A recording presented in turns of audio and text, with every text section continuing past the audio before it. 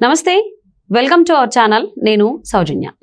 ఆంధ్రప్రదేశ్లో సామాజిక విప్లవాన్ని తీసుకొచ్చింది వైఎస్ఆర్సీపీ అధ్యక్షులు జగన్మోహన్ రెడ్డి అని చెప్పి వైసీపీ నాయకులందరూ చెప్తున్నారు. అది ఎంతవరకు వాస్తవం అనేది ఆంధ్రప్రదేశ్ ప్రజలకు కూడా తెలుసు. కానీ ఇప్పుడు టీడీపీ అధ్యక్షులు చంద్రబాబు నాయుడు గారు కూడా సామాజిక విప్లవం అంటే ఏంటి నేను చూపిస్తా అని చెప్పి ఆయన అంటున్నారు. అసలు ఎందుకు సామాజిక విప్లవం అంటే ఏంటి, అసలు ఏముంది అసలు సామాజిక విప్లవం అనేది ఆంధ్రప్రదేశ్లో?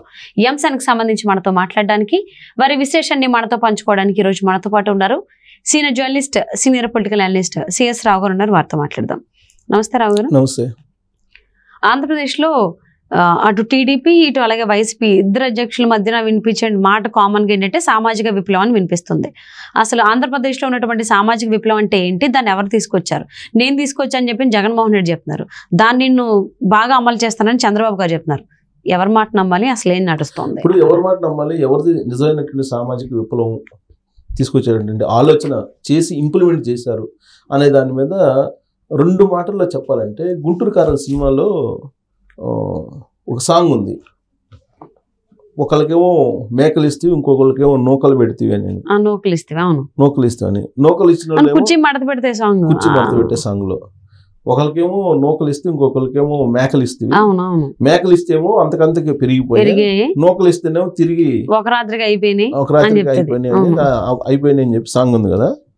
ఆ టైప్లో జగన్మోహన్ రెడ్డి ఏమో నూకలు ఇచ్చినట్టు నేనేదో పోస్టులు ఇచ్చాను సామాజిక ఈక్వేషన్ కోసం, సామాజిక సమీకరణల కోసం అని చెప్పి ఆయన చెప్పాడు.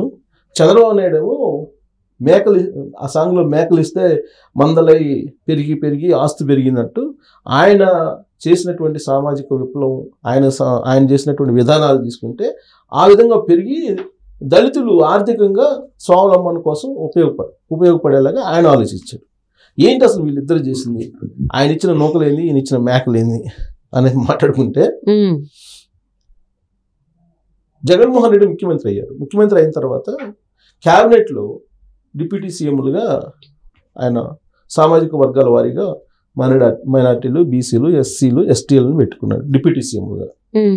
నేను సామాజిక న్యాయం చేశాను, సామాజిక విప్లవం తీసుకురావడానికి నేను బయలుదేరాను. నా ఎస్సీలు, నా బీసీలు, నా మైనార్టీలు అంటూ వాళ్ళ లోపలికి వెళ్ళేటువంటి ప్రయత్నం చేశారు ఆయన. తర్వాత బీసీల్లో ఉండేటువంటి లేదా ఎస్సీల్లో ఉండేటువంటి లేదా ఎస్టీల్లో ఉండేటువంటి కార్పొరేషన్లు ఏదైతే ఉన్నాయో దాదాపు ఒక 50 కార్పొరేషన్లు, 56 కార్పొరేషన్లు చేశారు. ఉపకులాలతో సహా ఒక 56 కార్పొరేషన్లు చేసి ఆ 56 మందికి చైర్మన్ పోస్టులు ఇచ్చారు. ఆయా ఉపకులాలకు సంబంధించినటువంటి వాళ్ళల్లో ఒకళ్ళని పికప్ చేసి వాళ్ళకి చైర్మన్ పదవులు ఇచ్చి వాళ్ళకి 1,00,000 శాలరీ ఇచ్చి ఒక ఛాంబర్ ఇచ్చారు. ఇది చేశాడు. చేసి ఆయన ఏం చేశాడు, ఎస్సీ సప్లాన్ కానీ, బీసీ సప్లాన్ కానీ వీటికి జనరల్గా ప్రతి బడ్జెట్లో కేటాయించేటువంటి నిధులకి కత్తిరేసేసాడు. అక్కడేమో దాదాపు 20,000, 30,000 కోట్లు బడ్జెట్ ఉంటుంది సప్లాన్లో. అంటే వాళ్ళకి మాత్రమే ఖర్చు పెట్టాలి, ఎస్సీలకి ఖర్చు పెట్టాలి, బీసీలకే ఖర్చు పెట్టాలి. ఆ బడ్జెట్లో కేటాయించిన అమౌంట్ని అవి కట్ చేశారు. కట్ చేసేసి వీళ్ళకి 1,00,000 ఇచ్చి 1,00,000 చొప్పున శాలరీస్ ఇచ్చేసి దాదాపు 1,000 కోట్లు అవుతాయి అనుకో అందరి శాలరీస్ 5 సంవత్సరాల్లో. ఈ మొత్తం 10,000 కోట్లు, 15,000 కోట్లు కట్ చేసేసారు. కట్ చేసి వాటిని ఏం చేశారు, అమ్మఒడి, జగనన్న విద్యా దీవెన, వాళ్ళ నవరత్నాలు ఉన్నాయి కదా, నవరత్నాలకి మళ్ళీ ఇచ్చేసారు. దీన్ని సామాజిక న్యాయం అని చెప్పి ఆయన అన్నారు. ఇక క్యాబినెట్లో డిప్యూటీ సీఎంలు ఒక 4-5 ఇచ్చారు. ఎస్సీలకి, బీసీలకి, మైనార్టీలకి, ఎస్టీలకి ఇచ్చారు. ఇచ్చి వాళ్ళకి ఏమన్నా పవర్స్ ఇచ్చారా, వాళ్ళకేమైనా ఇండివిజువల్గా చేసుకునే దానికి అవకాశం ఇచ్చారా? ఏం లేదు.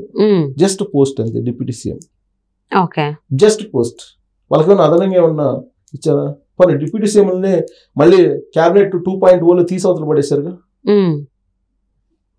డిప్యూటీ సీఎం పోస్టులు ఇచ్చారు కానీ పవర్స్ ఇచ్చారా? 0 పవర్స్. ఇది సామాజిక న్యాయం జగన్మోహన్ రెడ్డి చెప్పేది. కానీ చంద్రబాబు నాయుడు సామాజిక న్యాయం ఎలా ఉంటుందంటే అదే చెప్పారు. కొంతమంది ఆయనేమో నూకలు ఇచ్చాడు, ఎవరు? జగన్మోహన్ రెడ్డి. ఈయనేమో మేకలు ఇచ్చాడు. ఎలా ఇచ్చాడు మేకలు అని చెప్తాను నేను. చంద్రబాబు నాయుడు ఒక విజన్ గల నాయకుడు అని అందరూ చెప్తుంటారు. విజన్ కూడా కనిపిస్తుంటుంది మన కళ్ళెదురు. ఇప్పుడు తెలంగాణలో కనిపిస్తుంది, హైదరాబాద్ ఇవాళ ఎలా ఉందనేది మన కళ్ళెదురు కనిపిస్తుంది. 20 సంవత్సరాల క్రితం ఏదైతే ఆయన చెప్పారో అది ఇప్పుడు అందరికీ కళ్ళెదురు కనిపిస్తుంది. అప్పుడు ఆయన జోకర్ కింద కనపడ్డాడు, అందరికీ పిచ్చి తొగ్గులాగా కనపడ్డాడు 20 సంవత్సరాల క్రితం. 20 సంవత్సరాల క్రితం ఎవరైతే ఆ మాట అన్నారో ఇప్పుడు కళ్ళెదుటి మొత్తం అభివృద్ధి కనపడిన తర్వాత ఆయన విజన్ ఏంటనేది ఇప్పుడు తెలుసుకుంటున్నారు. తెలుసుకొని జ్ఞానోదయం అయ్యి కేటీఆర్ లాంటి వాళ్ళే ఆయన విజన్ని మనం కాదనలేము, ఆయన రాజకీయంగా విమర్శించవచ్చు కానీ విజన్ ఎవరు కాదనలేరు అని చెప్పి ఆయనే చెప్పాడు. కేటీఆర్ బద్ద శత్రువు రాజకీయంగా, ఆయనే చెప్పాడు వాళ్ళ నాన్నగారికి. అవును, పారిశ్రామిక సదస్సులో చెప్పాడు కదా, హరీష్ రావు కూడా చెప్పాడు కదా, కేటీఆర్ కవిత కూడా చెప్పారు కదా. సో అందరూ ఒప్పుకుంటున్నారు ఇప్పుడు కళ్ళెదురు కనిపిస్తుంది కాబట్టి. ఎందుకంటే కళ్ళెదురు కనిపిస్తున్నటువంటి విజన్ కాదంటే ప్రజలు తిరగబడతారని చంద్రబాబు నాయుడు కరెక్ట్ అంటున్నారు ఇప్పుడు. సరే, అది పక్కన పెడితే చంద్రబాబు నాయుడు ఎస్సీ వర్గీకరణ చెయ్యాలి అని చెప్పి చెప్పారు. బీసీ వర్గీకరణ, బీసీలకు కూడా ఆయన ఏం చేశారు, బీసీలను ఏబిసిడీలుగా వర్గీకరించారు. బీసీలను కూడా బీసీలను ఏ విధంగా అయితే ఏబిసిడీల కింద వర్గీకరించారో అదే తరహాలో ఎస్సీలను కూడా ఏబిసిడీల కింద వర్గీకరించాలి, ఎస్సీ వర్గీకరణ చేయాలి అని ఆలోచించారు. ఎందుకు ఆలోచించారంటే, ఇది ఆలోచించింది ఎప్పుడో తెలుసా, ఆయన సీఎంగా 95లో బాధ్యతలు స్వీకరించారు. 99లో ఎలక్షన్కి వెళ్ళాడు, 99లో గెలిచారు. ఆ ఎలక్షన్ అయిన తర్వాత ఇమ్మీడియట్గా ఆయనకు వచ్చినటువంటి ఆలోచన ఏంటంటే ఎస్సీ వర్గీకరణ చేయాలి, బీసీ వర్గీకరణ చేసి ఫలాలను అందుకుంటున్నారు, ఎస్సీ వర్గీకరణ చేయాలి, ఎస్సీ వర్గీకరణ చేస్తేనే అందరికీ సమన్యాయం జరుగుతుంది అని చెప్పి ఆయన ఆలోచించి ఎస్సీ వర్గీకరణని పెట్టి ఇమీడియట్గా అసెంబ్లీలో ఆమోదం చేశారు. అప్పుడే ఇప్పుడు ఆయన ఆమోదం చేసి ఆల్మోస్ట్ 15 సంవత్సరాల పైన అవుతుంది, 15-20 సంవత్సరాలు అవుతుంది ఎస్సీ వర్గీకరణ ఆమోదించి. ఆయన అంటే ఆ రోజే ఆయన ఎస్సీలకు అందరికీ న్యాయం ఎలా చేయాలి అని ఆలోచించారు. 95లోనే 99లో రెండోసారి గెలిచిన తర్వాత 99 అప్పుడు రామారావు దగ్గర నుంచి ఈయన ముఖ్యమంత్రి అయ్యారు. తర్వాత ఎలక్షన్కి వెళ్ళి 99లో వచ్చారు. తర్వాత ఎస్సీ వర్గీకరణ ఆమోదం తెలిపారు, ఆమోదం చేశారు, అసెంబ్లీలో ఆమోదం చేశారు. అంటే 20 years అయిపోయింది అంతే. 99 అంటే ఆల్మోస్ట్ 20 years బ్యాక్ అనుకో, 20 years అనుకోండి ఎస్సీ వర్గ అంటే అప్పుడే ఆలోచించారు. కానీ దాన్ని ఇప్పుడు వరకు ఇంప్లిమెంట్ చేయాల. ఇంప్లిమెంట్ చేసినట్టయితే ఇవాళ ఆర్థికపరమైన అంతరాలు ఎస్సీలో ఉండేవి కాదు. ఇప్పుడు బీసీలకు ఏ విధంగా అయితే ఏబిసిడి కేటగిరీ కింద బీసీలకు చేసి రిజర్వేషన్లు ఇస్తున్నారు కదా, ఉన్నాయి. అదే తరహాలో ఎస్సీలకు చేస్తే నష్టం ఏంటి, చేయాలి కదా. ఎందుకు చేయాలనుకున్నాడంటే చంద్రబాబు నాయుడు ఒకసారి రిజర్వేషన్ పొందిన తర్వాత మళ్ళా ఆ ఇంట్లో వాళ్ళకే తరతరాలుగా వస్తుంది రిజర్వేషను. వెనకబడిపోయినటువంటి వాళ్ళు అలాగే ఉండిపోతున్నారు అనేటువంటి ఉద్దేశంతో ఎస్సీ వర్గీకరణ చెయ్యాలి అనేటువంటి ఆలోచన చేశారు ఆయన. చేసి ఇప్పుడు మనం ఎస్సీలు తీసుకుంటే దళితులను తీసుకుంటే ఏమంటారు, దళితులు ప్రధానంగా మాల మాదిగా ఉంటారు. ఇప్పుడు మాల మాదిగా వీళ్ళు రెండింటిని కనుక పక్కన పెట్టి చూస్తే మనం వెనుకబడినటువంటి వర్గం ఏంటి, మాదిగా. ఎక్కడైనా అది ఉద్యోగాల్లో కానీ ఆర్థికంగా కానీ అన్ని రకాలుగా అనిపిస్తుంది. అందుకే వర్గీకరణ చేస్తే మాదిగలకు న్యాయం జరుగుతుంది అని చెప్పి చంద్రబాబు నాయుడు వర్గీకరణ పెట్టారు, ఎస్సీ వర్గీకరణ. దానికి మాలలు అడ్డుకొడుతూ వస్తున్నారు ఇప్పుడు దాకా. సో ఇప్పుడు 20 సంవత్సరాల నుంచి ఆగిపోయింది. ఇప్పుడు దాన్ని నేను ఇంప్లిమెంట్ చేస్తానని చెప్పి ప్రామిస్ చేస్తున్నాడు చంద్రబాబు నాయుడు. నాకు అధికారంలో ఉండి నేను ఇంప్లిమెంట్ చేస్తాను, ఎస్సీ వర్గీకరణ చేయాల్సిందే అని చెప్పి అంటున్నారు. దానికి తోడు నరేంద్ర మోడీ కూడా హైదరాబాద్లో పెట్టినటువంటి విశ్వరూపం సభకు వచ్చి మందా కృష్ణమాదికి సమక్షంలోనే మందా కృష్ణమాదికి ఆహ్వానించినటువంటి దానికి ముఖ్య అతిథిగా అటెండ్ అయ్యి ఎస్సీ వర్గీకరణ నేను కట్టుబడి ఉన్నానని చెప్పి నరేంద్ర మోడీ కూడా చెప్పారు. ఇది ధర్మబద్ధమైనటువంటి డిమాండ్ కాబట్టి దీన్ని ఆమోదిస్తానని చెప్పారు. అలాంటి హామీ ఇచ్చినటువంటి నరేంద్ర మోడీ అలాగే చంద్రబాబు నాయుడు ఇద్దరు ఇప్పుడు ఎన్డీఏలో ఒకటిగా ఉన్నారు, ఎన్డీఏలో భాగస్వాములుగా ఉన్నారు. ఎన్డీఏలో ఉన్నారు కాబట్టి రాష్ట్రంలో ఆంధ్రప్రదేశ్లో ఎన్డీఏ, దేశంలో ఎన్డీఏ ఏర్పడితే ఎస్సీ వర్గీకరణ అమలు అవుతుంది. అప్పుడు చంద్రబాబు నాయుడు ఇచ్చినటువంటి మేకలు పాట రూపంలో చెప్పాలంటే మేకలు అంత పెరిగే అవకాశం ఉంది.